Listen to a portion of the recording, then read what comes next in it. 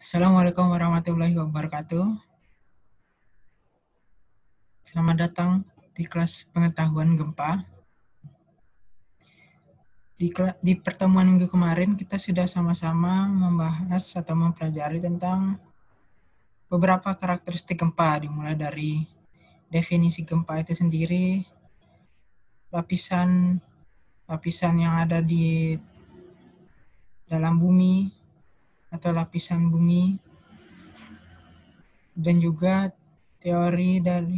beberapa teori pembentukan lempeng bumi atau pembentukan benua. Jadi untuk pertemuan minggu ini, kita akan membahas beberapa karakteristik gempa lainnya.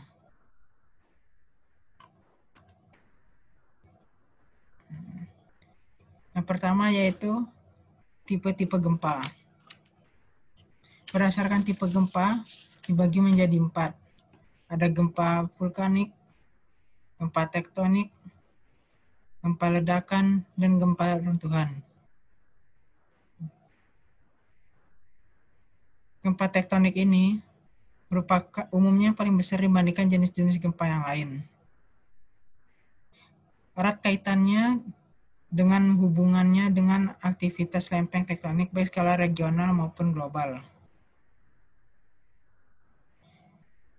Gempa tektonik ini terjadi karena antar lempeng tektonik atau massa batuan dapat saling beradu, konvergen, saling menggeser shear, dan saling tarik atau tension, dan kombinasi di antaranya.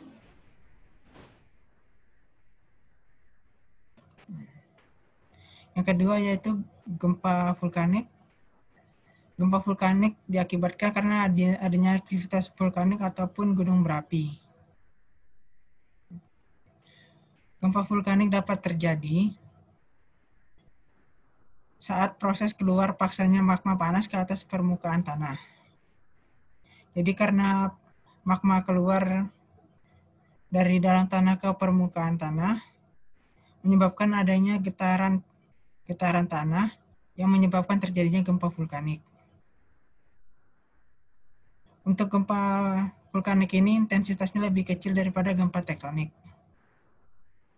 Yang ketiga yaitu gempa ledakan. Gempa ledakan ini terjadi karena adanya ledakan sangat besar dalam tanah, misalnya akibat percobaan ledakan nuklir di bawah tanah. Yang keempat yaitu gempa akibat runtuhan. Gempa akibat runtuhan ini terjadi jika di dalam gua-gua atau tambang-tambang terjadi keruntuhan sehingga menyebabkan getaran pada tanah.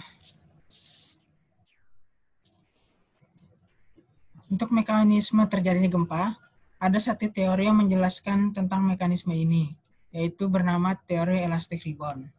Teori ini dinyatakan oleh seismolog Amerika yang menyatakan gempa bumi merupakan gejala alam yang disebabkan oleh pelepasan energi regangan elastis batuan yang disebabkan adanya deformasi batuan yang terjadi pada lapisan litosfer.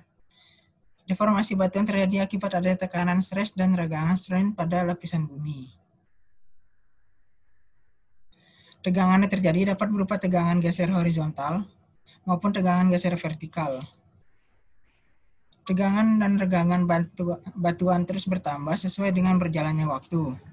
Dan itu berarti bahwa energi regangan juga terus bertambah atau terakumulasi.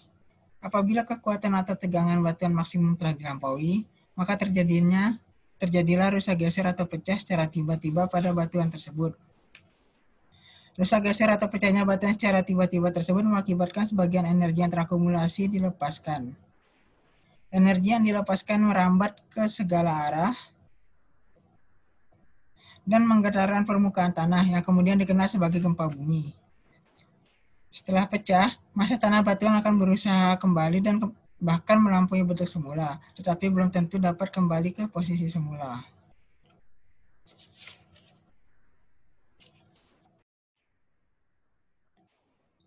Gambar sebelah kiri menunjukkan struktur fault atau patahan. Struktur fault berupa fraktur atau retakan di bumi terjadi di mana kedua sisi lempeng tektonik bergerak melewati satu sama lain dengan gerakan relatif sejajar dengan bidang fraktur. Fault plane atau bidang sesar di bumi ada yang 90 derajat atau bidang sesar vertikal dan 0 derajat atau North Parallel Fault Plane.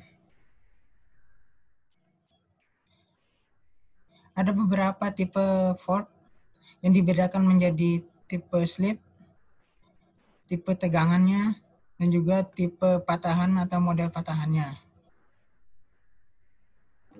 Berdasarkan tipe slipnya dibagi menjadi 3, yaitu strike slip, deep slip, dan deep strike slip. Strike slip adalah patahan atau fault yang mana massa batuan menggeser secara horizontal atau patahan yang searah dengan strike vector. Patahan ini terjadi akibat dua lempeng tektonik atau dua massa batuan yang bergerak horizontal secara berlawanan. Deep slip yaitu slipnya massa batuan akan searah dengan deep vector atau slip ke atas atau slip ke bawah. Sedangkan untuk deep strike slip merupakan kombinasi antara strike slip dan deep slip. Patahan kombinasi ini umumnya disebut oblique fault atau biasa disingkat OF.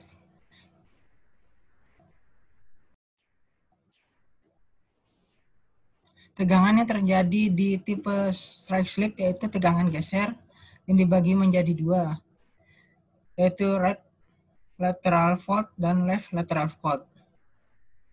Untuk tipe tegangan di tipe deep slip dibagi menjadi 2, yaitu tipe tegangan compression dan tension. Tegangan yang terjadi di tipe strike slip yaitu tegangan geser yang dibagi menjadi 2, yaitu right lateral fault dan left lateral fault. Untuk tipe tegangan di tipe deep slip dibagi menjadi 2, yaitu tipe tegangan compression dan tension. Gambar yang ditampilkan menunjukkan ilustrasi dari deep slip fault. Untuk yang paling kiri menunjukkan reverse fault dan thrust, dan yang di tengah menunjukkan thrust fault, yaitu slip yang terjadi akibat adanya gaya tekan. Nah, jadi kedua fault atau patahan ini bergerak ke atas atau move up.